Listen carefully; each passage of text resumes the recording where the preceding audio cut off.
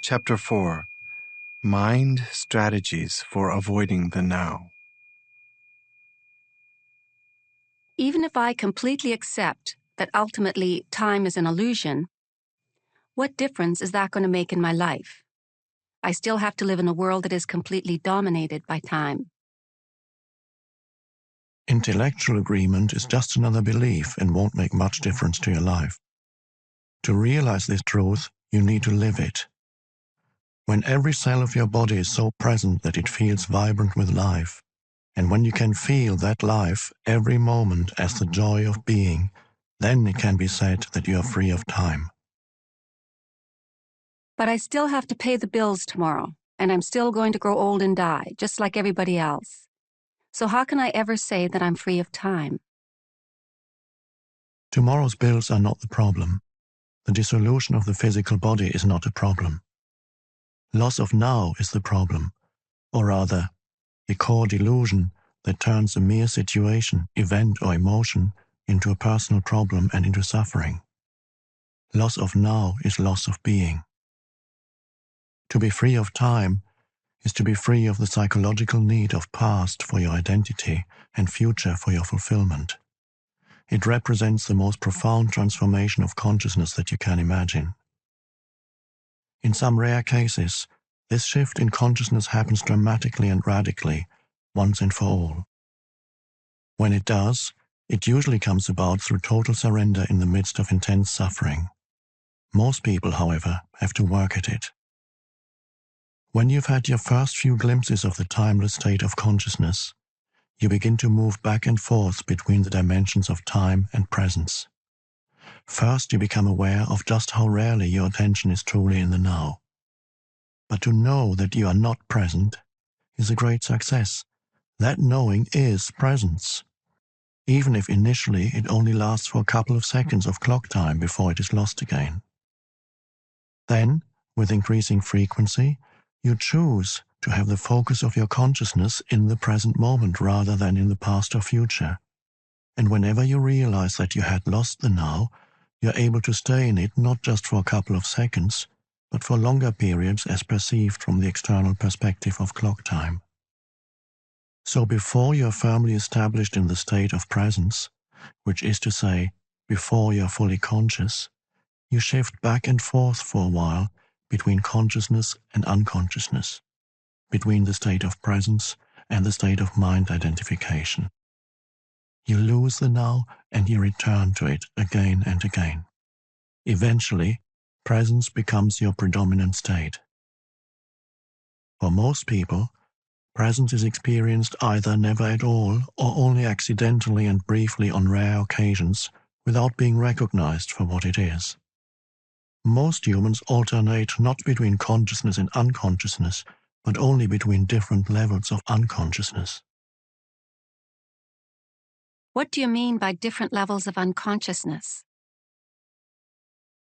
As you probably know, in sleep you constantly move between the phases of dreamless sleep and the dream state.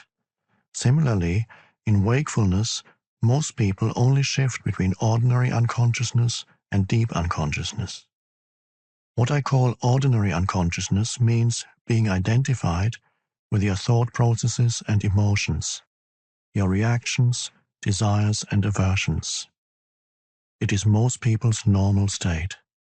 In that state, you are run by the egoic mind and you are unaware of being. It is a state not of acute pain or unhappiness, but of an almost continuous low level of unease, discontent, boredom, or nervousness, a kind of background static. You may not realize this because it is so much part of normal living, just as you are not aware of a continuous low background noise, such as the hum of an air conditioner, until it stops. When it suddenly does stop, there's a sense of relief. Many people use alcohol, drugs, sex, food, work, television, or even shopping as anesthetics in an unconscious attempt to remove the basic unease. When this happens, an activity that might be very enjoyable if used in moderation becomes imbued with a compulsive or addictive quality, and all that is ever achieved through it is extremely short-lived symptom relief. The unease of ordinary unconsciousness turns into the pain of deep unconsciousness, a state of more acute and more obvious suffering or unhappiness, when things go wrong, when the ego is threatened, or there's a major challenge, threat, or loss, real or imagined, in your life situation, or conflict in a relationship. It is an intensified version of ordinary unconsciousness, different from it, not in kind, but in degree.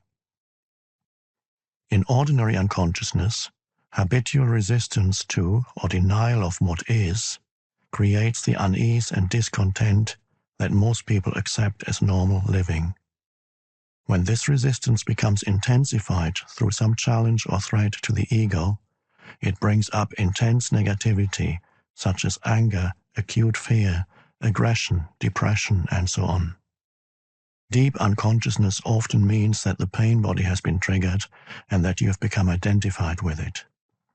Physical violence would be impossible without deep unconsciousness. It can also occur easily whenever and wherever a crowd of people or even an entire nation generates a negative collective energy field.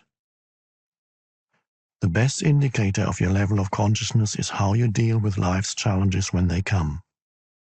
Through those challenges, an already unconscious person tends to become more deeply unconscious, and a conscious person more intensely conscious. You can use a challenge to awaken you, or you can allow it to pull you into even deeper sleep. The dream of ordinary unconsciousness then turns into a nightmare. If you cannot be present even in normal circumstances, such as when you are sitting alone in a room, walking in the woods, or listening to someone, then you certainly won't be able to stay conscious when something goes wrong, or you're faced with difficult people or situations, with loss or the threat of loss.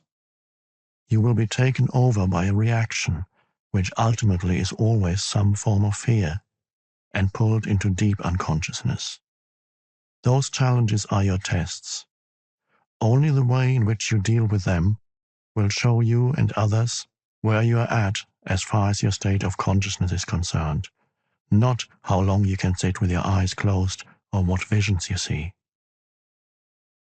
So it is essential to bring more consciousness into your life in ordinary situations when everything is going relatively smoothly. In this way, you grow in presence power. It generates an energy field in you and around you of a high vibrational frequency. No unconsciousness, no negativity, no discord or violence can enter that field and survive, just as darkness cannot survive in the presence of light. When you learn to be the witness of your thoughts and emotions, which is an essential part of being present, you may be surprised when you first become aware of the background static of ordinary unconsciousness and realize how rarely, if ever, you are truly at ease within yourself. On the level of your thinking, you will find a great deal of resistance in the form of judgment, discontent, and mental projection away from the now. On the emotional level, there will be an undercurrent of unease, tension, boredom, or nervousness. Both are aspects of the mind in its habitual resistance mode. Carl Jung tells in one of his books of a conversation he had with a Native American chief, who pointed out to him that in his perception, most white people have tense faces, staring eyes, and a cruel demeanor. He said, "They are always seeking something. What are they seeking? The whites always want something. They are always uneasy and restless. We don't know what they want. We think they are mad." The undercurrent of constant unease started long before the rise of Western industrial civilization, of course. But in Western civilization, which now covers almost the entire globe, including most of the East, it manifests in an unprecedentedly acute form. It was already there at the time of Jesus, and it was there 600 years before that at the time of Buddha, and long before that. Why are you always anxious? Jesus asked his disciples. Can anxious thought add a single day to your life? And the Buddha taught that the root of suffering is to be found in our constant wanting and craving. Resistance to the now as a collective dysfunction is intrinsically connected to loss of awareness of being and forms the basis of our dehumanized industrial civilization. Freud, by the way, also recognized the existence of this undercurrent of unease and wrote about it in his book Civilization and Its Discontents. But he did not recognize the true root of the unease and failed to realize that freedom from it is possible. This collective dysfunction has created a very unhappy and extraordinarily violent civilization that has become a threat not only to itself, but also to all life on the planet. So how can we be free of this affliction? Make it conscious. Observe the many ways in which unease, discontent, and tension arise within you through unnecessary judgment, resistance to what is, and denial of the now. Anything unconscious dissolves when you shine the light of consciousness on it.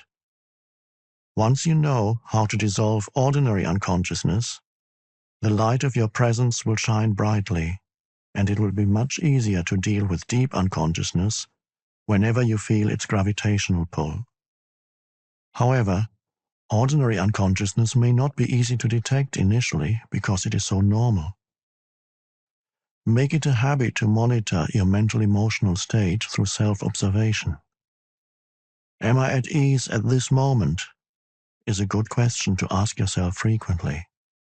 Or you can ask, what's going on inside me at this moment? Be at least as interested in what goes on inside you as what happens outside. If you get the inside right, the outside will fall into place. Primary reality is within, secondary reality without. But don't answer these questions immediately. Direct your attention inward. Have a look inside yourself. What kind of thoughts is your mind producing? What do you feel? Direct your attention into the body. Is there any tension? Once you detect that there's a low level of unease, the background static, see in what way you're avoiding, resisting, or denying life by denying the now. There are many ways in which people unconsciously resist the present moment. I will give you a few examples. With practice, your powers of self-observation, of monitoring your inner state, will become sharpened. Do you resent doing what you're doing? It may be your job, or you may have agreed to do something and are doing it, but part of you resents and resists it. Are you carrying unspoken resentment towards a person close to you? Do you realize that the energy you thus emanate is so harmful in its effects that you are in fact contaminating yourself as well as those around you? Have a good look inside. Is there even the slightest trace of resentment, unwillingness? If there is, observe it on both the mental and the emotional levels. What thoughts is your mind creating around this situation? Then look at the emotion, which is the body's reaction to those thoughts. Feel the emotion. Does it feel pleasant or unpleasant? Is it an energy that you would actually choose to have inside you? Do you have a choice? Maybe you are being taken advantage of. Maybe the activity you are engaged in is tedious. Maybe someone close to you is dishonest, irritating, or unconscious. But all this is irrelevant. Whether your thoughts and emotions about this situation are justified or not makes no difference. The fact is that you're resisting what is. You're making the present moment into an enemy. You're creating unhappiness, conflict between the inner and the outer. Your unhappiness is polluting not only your own inner being and those around you, but also the collective human psyche of which you are an inseparable part. The pollution of the planet is only an outward reflection of an inner psychic pollution. millions of unconscious individuals not taking responsibility for their inner space. Either stop doing what you are doing, speak to the person concerned and express fully what you feel, or drop the negativity that your mind has created around the situation and that serves no purpose whatsoever except to strengthen a false sense of self. Recognizing its futility is important. Negativity is never the optimum way of dealing with any situation. In fact, in most cases, it keeps you stuck in it, blocking real change. Anything that is done with negative energy will become contaminated by it, and in time give rise to more pain, more unhappiness. Furthermore, any negative inner state is contagious. Unhappiness spreads more easily than a physical disease. Through the law of resonance, it triggers and feeds latent negativity in others, unless they are immune, that is, highly conscious. Are you polluting the world or cleaning up the mess? You are responsible for your inner space. Nobody else is, just as you are responsible for the planet. As within, so without. If humans clear inner pollution, then they will also cease to create outer pollution. How can we drop negativity as you suggest? By dropping it. How do you drop a piece of hot coal that you are holding in your hand? How do you drop some heavy and useless baggage that you are carrying? By recognizing that you don't want to suffer the pain or carry the burden anymore and then letting go of it. Deep unconsciousness, such as the pain body, or other deep pain, such as the loss of a loved one, usually needs to be transmuted through acceptance, combined with the light of your presence, your sustained attention. Many patterns in ordinary unconsciousness, on the other hand, can simply be dropped once you know that you don't want them and don't need them anymore, once you realize that you have a choice, that you're not just a bundle of conditioned reflexes. All this implies that you're able to access the power of now. Without it, you have no choice. If you call some emotions negative, aren't you creating a mental polarity of good and bad, as you explained earlier? No. The polarity was created at an earlier stage when your mind judged the present moment as bad. This judgment then created the negative emotion. But if you call some emotions negative, aren't you really saying that they shouldn't be there? That it's not okay to have those emotions? My understanding is that we should give ourselves permission to have whatever feelings come up, rather than judge them as bad or say that we shouldn't have them. It's okay to feel resentful. It's okay to be angry, irritated, moody, or whatever. Otherwise, we get into repression, inner conflict, or denial. Everything is okay as it is. Of course, once a mind pattern, an emotion, or a reaction is there, accept it. You are not conscious enough to have a choice in the matter. That's not a judgment, just a fact. If you had a choice, or realized that you do have a choice, would you choose suffering or joy, ease or unease, peace or conflict? Would you choose a thought or feeling that cuts you off from your natural state of well-being, the joy of life within?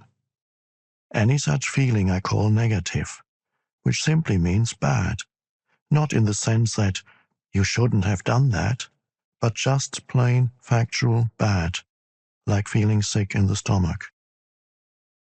How is it possible that humans killed in excess of 100 million fellow humans in the 20th century alone?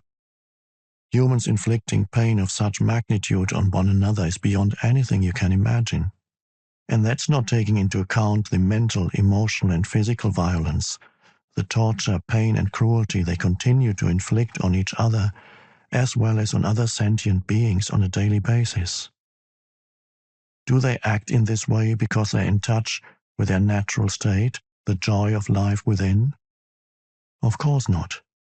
Only people who are in a deeply negative state, who feel very bad indeed, would create such a reality as a reflection of how they feel. Now they are engaged in destroying nature and the planet that sustains them. Unbelievable, but true. Humans are a dangerously insane and very sick species. That's not a judgment, it's a fact. It is also a fact that the sanity is there underneath the madness. Healing and redemption are available right now. Coming back specifically to what you said, it is certainly true that when you accept your resentment, moodiness, anger, and so on, you are no longer forced to act them out blindly, and you are less likely to project them onto others. But I wonder if you're not deceiving yourself. When you have been practicing acceptance for a while, as you have, there comes a point when you need to go on to the next stage, where those negative emotions are not created anymore.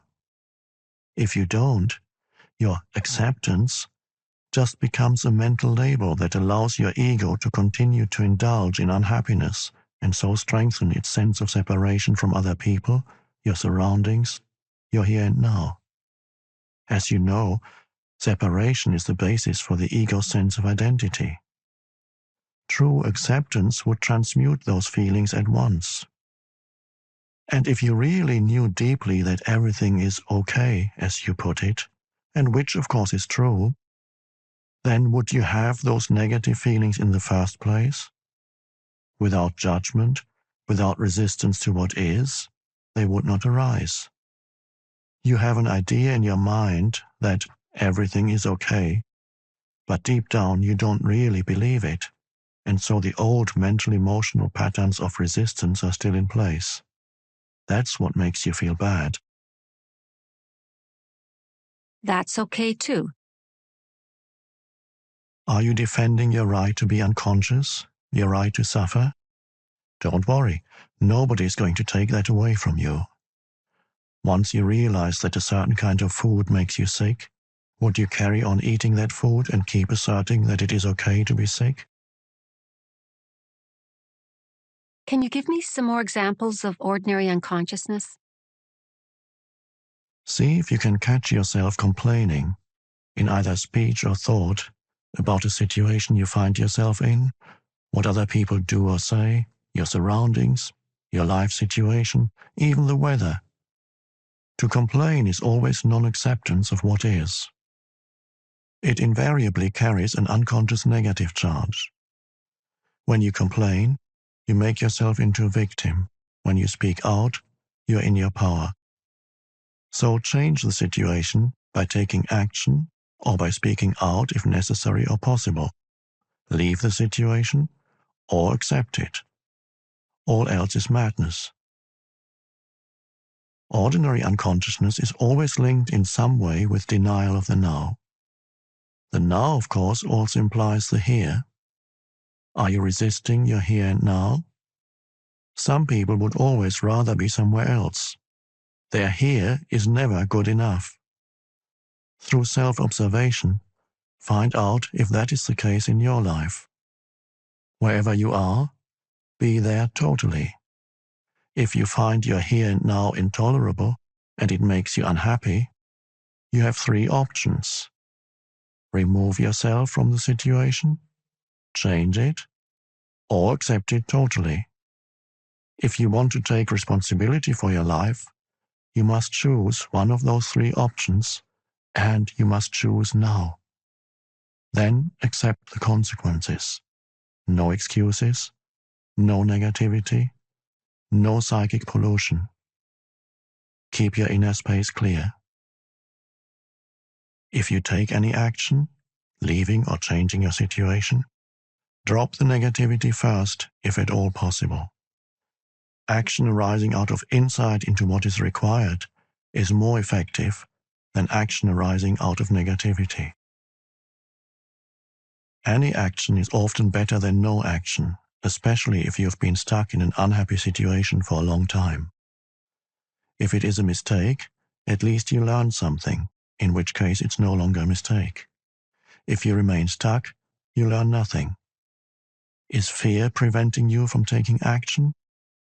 Acknowledge the fear, watch it, take your attention into it, be fully present with it. Doing so cuts the link between the fear and your thinking. Don't let the fear rise up into your mind. Use the power of the now. Fear cannot prevail against it. If there's truly nothing that you can do to change your here and now, and you can't remove yourself from the situation, then accept your here and now totally by dropping all inner resistance. The false, unhappy self that loves feeling miserable, resentful, or sorry for itself can then no longer survive. This is called surrender. Surrender is not weakness. There's great strength in it. Only a surrendered person has spiritual power. Through surrender, you will be free internally of the situation. You may then find that the situation changes without any effort on your part. In any case, you're free. Or is there something that you should be doing but are not doing it? Get up and do it now. Alternatively, completely accept your inactivity, laziness, or passivity at this moment, if that is your choice. Go into it fully. Enjoy it. Be as lazy or inactive as you can. If you go into it fully and consciously, you will soon come out of it. Or maybe you won't. Either way, there's no inner conflict, no resistance, no negativity. Are you stressed? Are you so busy getting to the future that the present is reduced to a means of getting there? Stress is caused by being here, but wanting to be there, or being in the present, but wanting to be in the future. It's a split that tears you apart inside. To create and live with such an inner split is insane. The fact that everyone else is doing it doesn't make it any less insane. If you have to, you can move fast, work fast, or even run without projecting yourself into the future and without resisting the present. As you move, work, run, do it totally. Enjoy the flow of energy, the high energy of that moment. Now you are no longer stressed, no longer splitting yourself in two, just moving, running, working, and enjoying it. Or you can drop the whole thing and sit on a park bench. But when you do, watch your mind. It may say, "You should be working. You're wasting time." Observe the mind. Smile at it. Does the past take up a great deal of your attention? Do you frequently talk and think about it, either positively or negatively? The great things that you have achieved, your adventures or experiences, or your victim story and the dreadful things that were done to you, or maybe what you did to someone else? Are your thought processes creating guilt, pride, resentment, anger, regret, or self-pity? Then you are not only reinforcing a false sense of self, but are also helping to accelerate your body's aging process by creating an accumulation of past in your psyche. Verify this for yourself by observing those around you who have a strong tendency to hold on to the past. Die to the past every moment. You don't need it. Only refer to it when it is absolutely relevant to the present. Feel the power of this moment and the fullness of being. Feel your presence.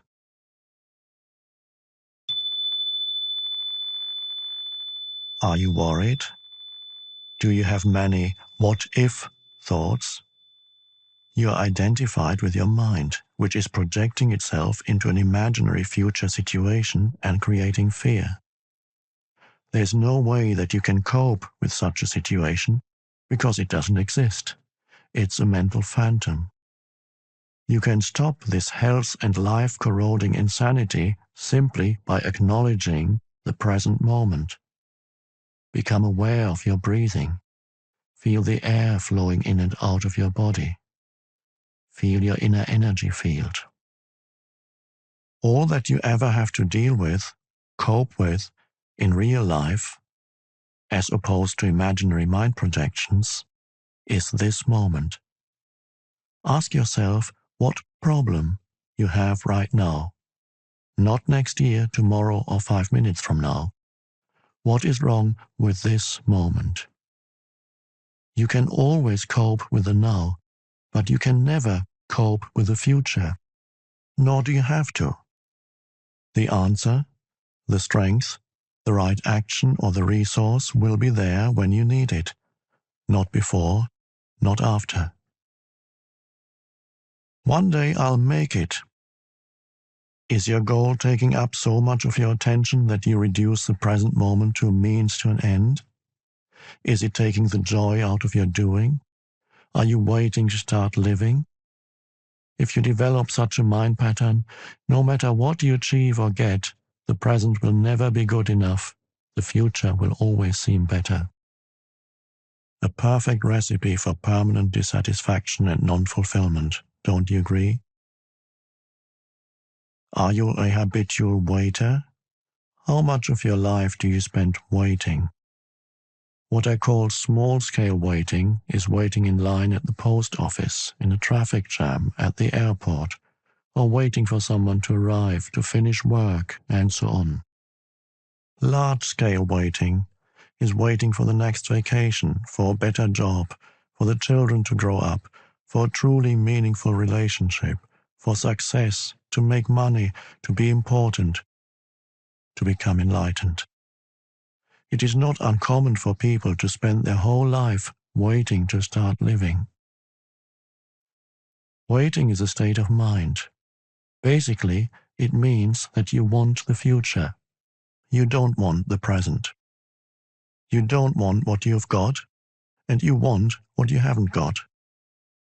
With every kind of waiting, you unconsciously create inner conflict between your here and now, where you don't want to be, and the projected future, where you want to be. This greatly reduces the quality of your life by making you lose the present. There's nothing wrong with striving to improve your life situation. You can improve your life situation, but you cannot improve your life. Life is primary. Life is your deepest inner being. It is already whole, complete, perfect. Your life situation consists of your circumstances and your experiences. There's nothing wrong with setting goals and striving to achieve things. The mistake lies in using it as a substitute for the feeling of life, for being. The only point of access for that is the now.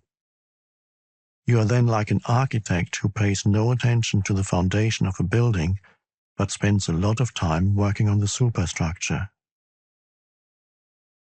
For example, many people are waiting for prosperity. It cannot come in the future. When you honor, acknowledge, and fully accept your present reality, where you are, who you are, what you're doing right now, when you fully accept what you have got, you are grateful for what you have got, grateful for what is, grateful for being. Gratitude for the present moment and the fullness of life now is true prosperity. It cannot come in the future. Then, in time, that prosperity manifests for you in various ways.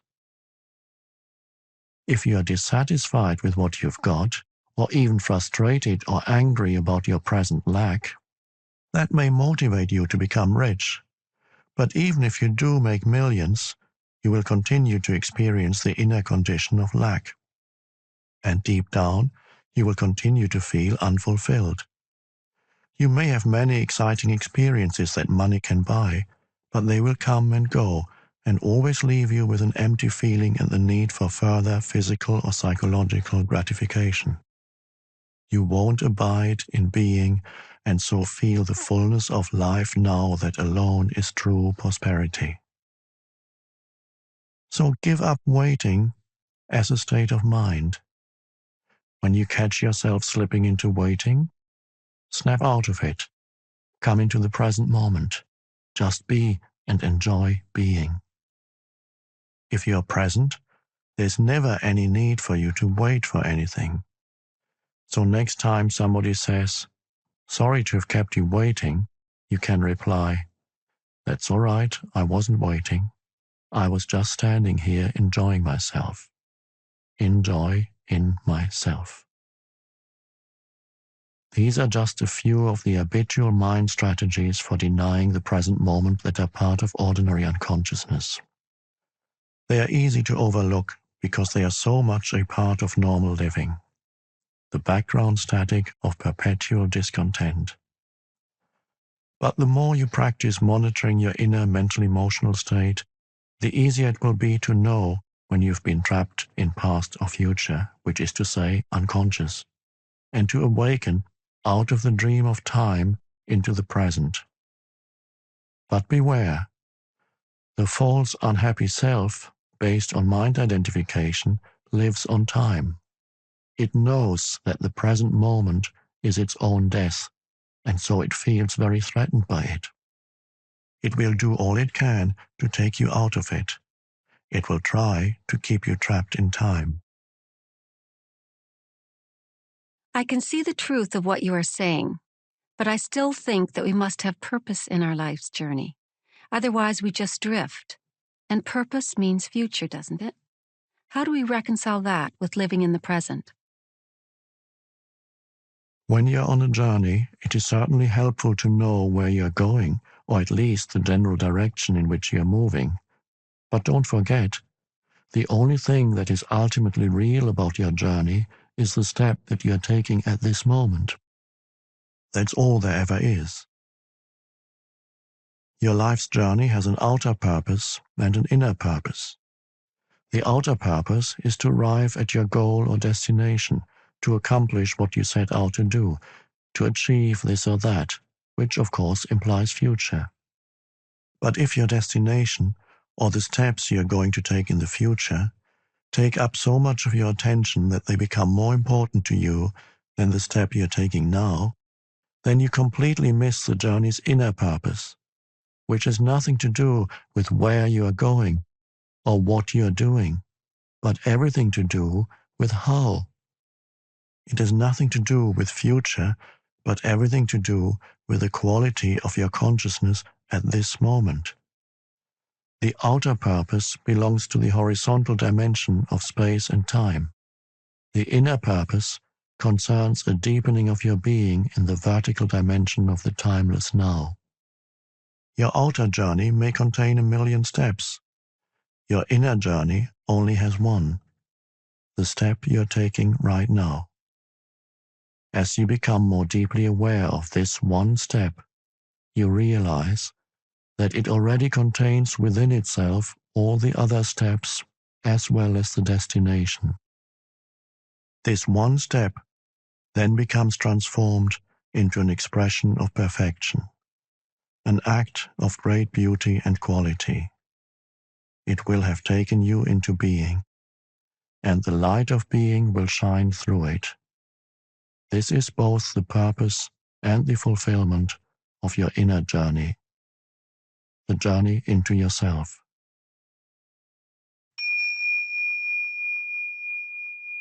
Does it matter whether we achieve our outer purpose, whether we succeed or fail in the world?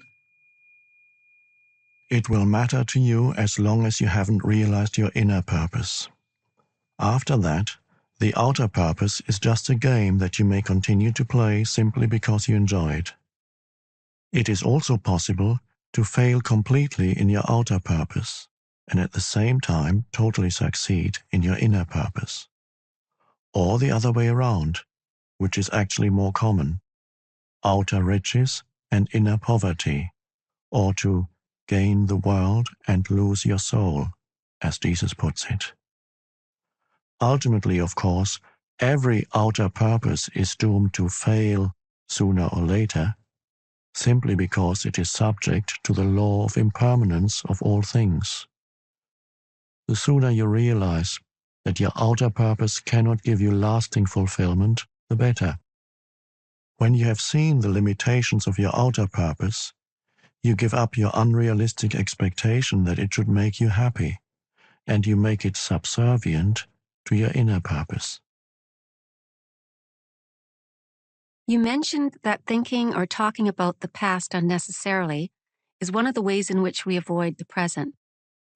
But apart from the past that we remember and perhaps identify with, isn't there another level of past within us that is much more deep-seated?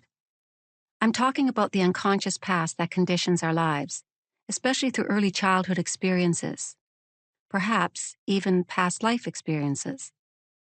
And then there is our cultural conditioning, which has to do with where we live geographically and the historic time period in which we live.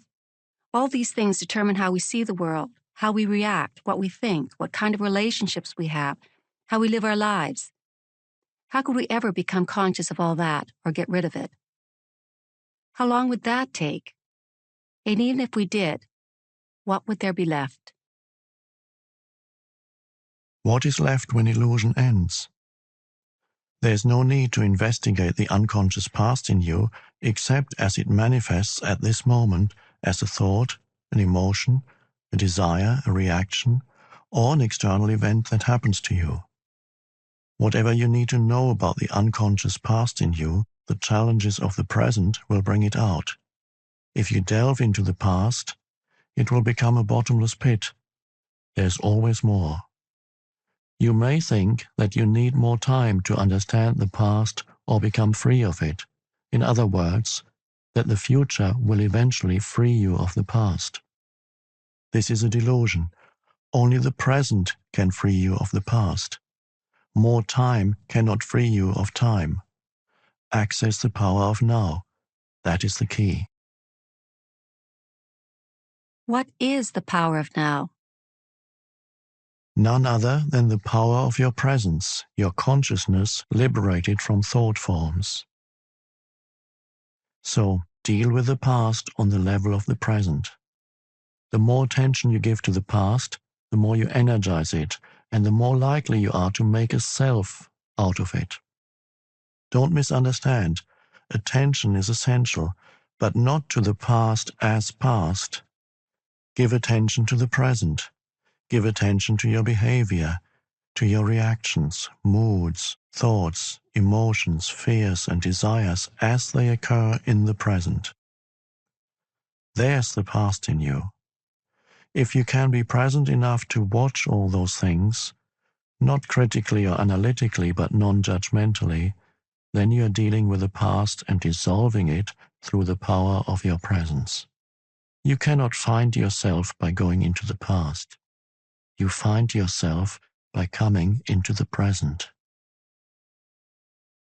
Isn't it helpful to understand the past and so understand why we do certain things, react in certain ways, or why we unconsciously create our particular kind of drama, patterns in relationships, and so on? As you become more conscious of your present reality, you may suddenly get certain insights as to why your conditioning functions in those particular ways. For example, why your relationships follow certain patterns, and you may remember things that happened in the past or see them more clearly. That is fine and can be helpful, but it is not essential. What is essential is your conscious presence. That dissolves the past. That is the transformative agent. So don't seek to understand the past, but be as present as you can. The past cannot survive in your presence. It can only survive in your absence.